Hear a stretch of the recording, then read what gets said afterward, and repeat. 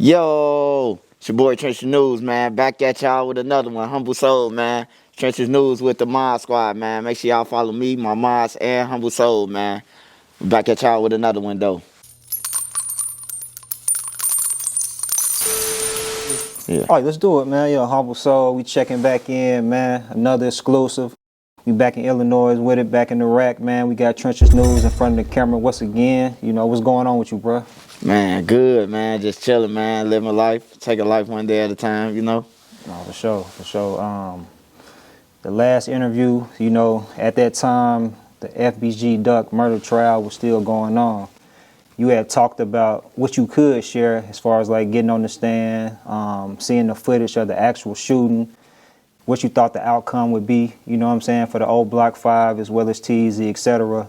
Since then, they all been convicted, you know, and it's saying that they looking at a mandatory sentence of life, at least. You know, I guess some of them multiple. I don't know, the specifics like that, but from what I understand, like they carry like mandatory sentences of life. I think the trial lasted like around 3 months or something like that. So it was going on for a minute. Like you seeing the outcome, man, you actually being in the courtroom, you actually sharing, you know what I'm saying, information on the stand, and now knowing that they looking at spending the rest of their life in prison behind, you know, taking somebody who you actually had a personal connection with, as well as having connections with a lot of those people who were responsible for doing it, man. Like, how do you feel now, dog?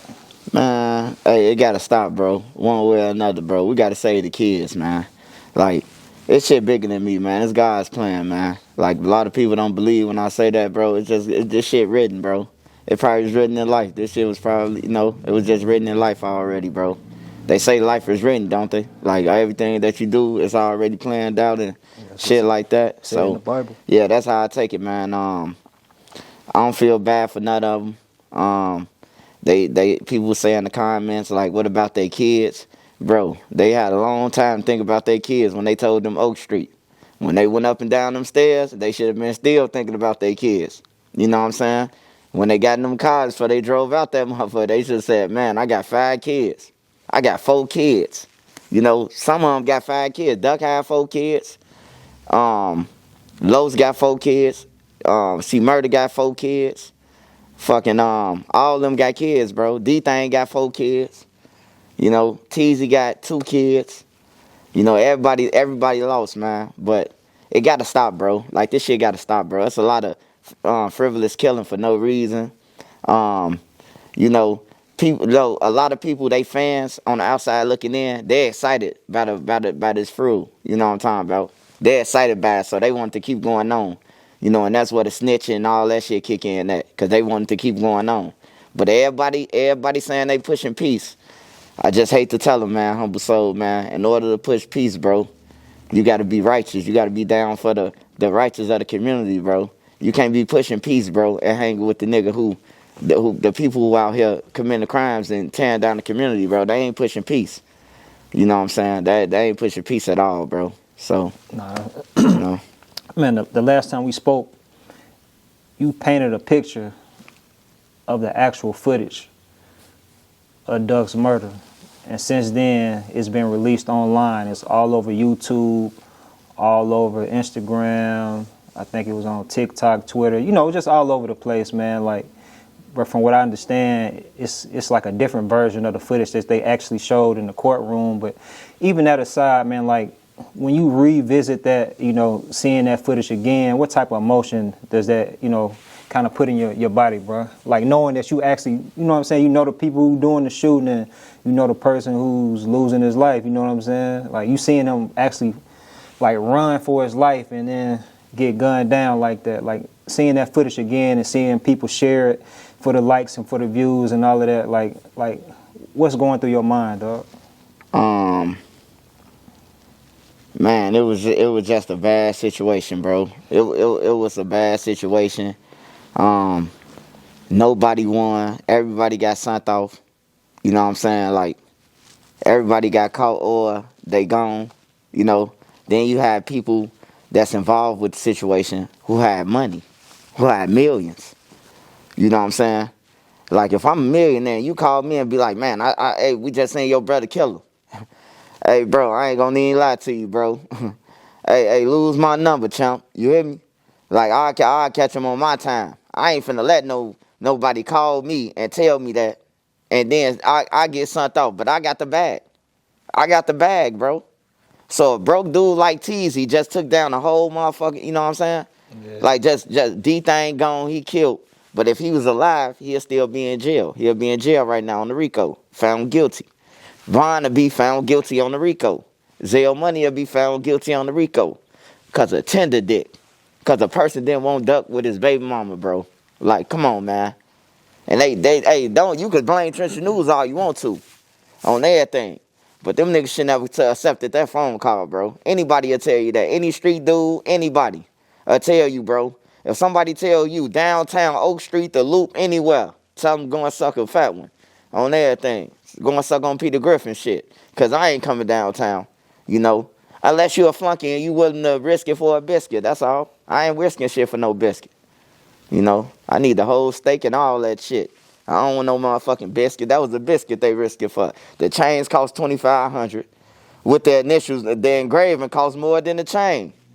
The engraving cost $5,000. The chain cost $2,500, $7,500 a piece, each chain. For life in prison. For life in prison, bro. You done trade your freedom for a sale, bro. And you said all of them got kids? All of them, except for C-Thing, I don't think.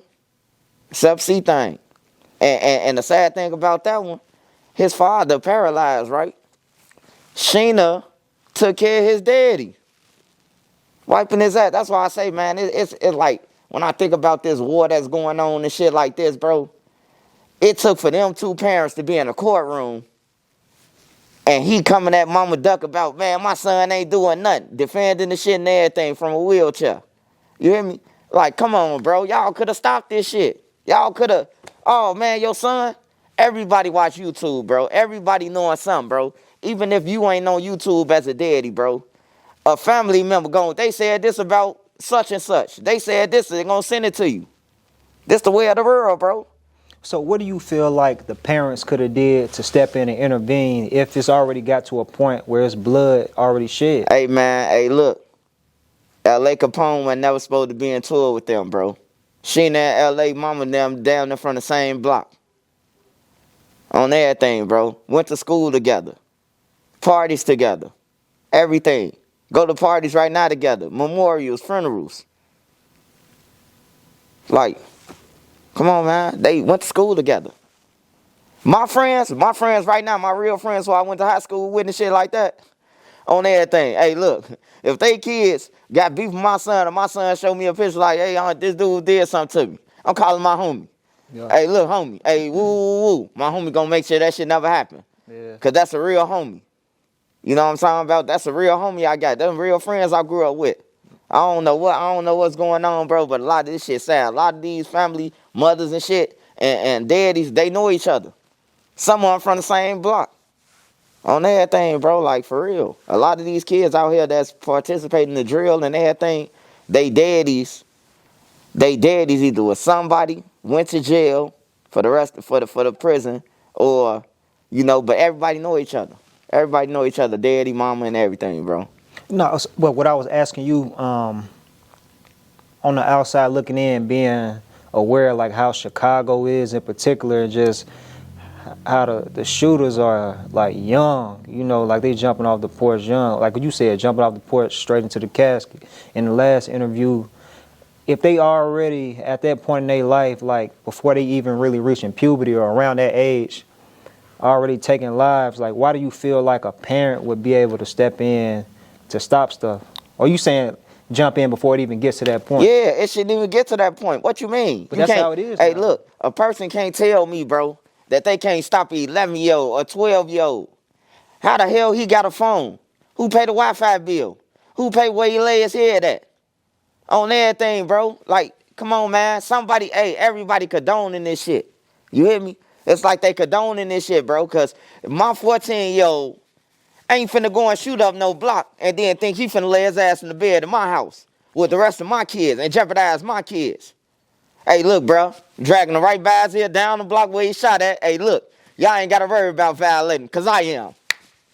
Dun dun dun dun dun. Batman, you remember the ping, ping, yeah. Wow. Yeah, wham, bam, yeah. On everything, bro. Like these parents playing with their kids, bro. That ain't the way it is, bro. I'm scared of my mama to this day. Dang. Just off some shit she did back then in the 90s. You know what I'm saying? Don't ever do that shit. You know, after that jump, I've been scared ever since then. You know what I'm talking about? Like, it ain't no way, man. Ain't no way nigga motherfuckers make excuses. You know, they ain't listening. Well, you gotta change. You gotta change directions then. How you parenting? Yeah. How you discipline them? Yeah, discipline. Ain't no phone. No, like Cameron said in the movie. Unless you pay me, no Chinese food, no nothing. Hey, look, ain't no phone, ain't none of that. Nigga, it's 10-minute showers. On some real shit. If I gotta go there with you. You know, it just is what it is. Make them take out the garbage. Make them do that shit. Chores and all that. That shit discipline, bro. That ain't no slavery. That's discipline. You wake up and make up your bed and take the trash out and wash the dishes and do what your mama say. That's discipline, bro. So they just confuse it, bro. They condone this shit around here, bro. A lot of these parents, a lot of these people, and a lot of the outsiders, they want the war to keep on going on, so they condone it. We can't stop these 13 and 14 and 15-year-olds. They ain't never supposed to have no gun, period. On everything. Even if you want to say according to structure, that ain't part of no gang shit, bro. For a 15-year-old to be walking around with no gun. On everything, bro. They ain't going to school or none of that, bro. But you coming in my house at late at night, how? You ain't went to school. You don't work. You ain't did shit. But you 13 and came to my house. What you cook for dinner, mama, how? Smack the dog. You hear me? Man, like, I ain't going for that, bro. Like, I ain't going for that. Just one last question. And I don't know if I phrased the question the right way when I was asking you, like, what can the parents do if the bloodshed is already, you know, it's bloodshed on both ends, but you saying interfere before it even gets to that point.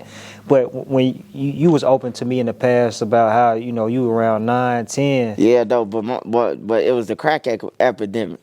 And we still wasn't running around killing people. That's what I was gonna ask you. You know what I'm saying? Like, that was the crack epidemic. Everybody, all my friends' parents was off crack. Everybody on the projects was off crack. You probably had, out of each building, you probably had about 5, 6 sober families. Sober? Sober. Out of every building, bro. 5, 6 sober people, bro. Everybody else, aunties, uncles, cousins, off crack, bro. On everything. For real, bro. Off heroin or crack. Like, everybody, bro. Every motherfucker in our buildings was at the school getting the super donuts in the morning with the chocolate milks. Wasn't no breakfast. Motherfuckers selling all the food stamps. I'm just keeping it real with you. But we had people who, the gang members who see us doing some shit and they going across your head.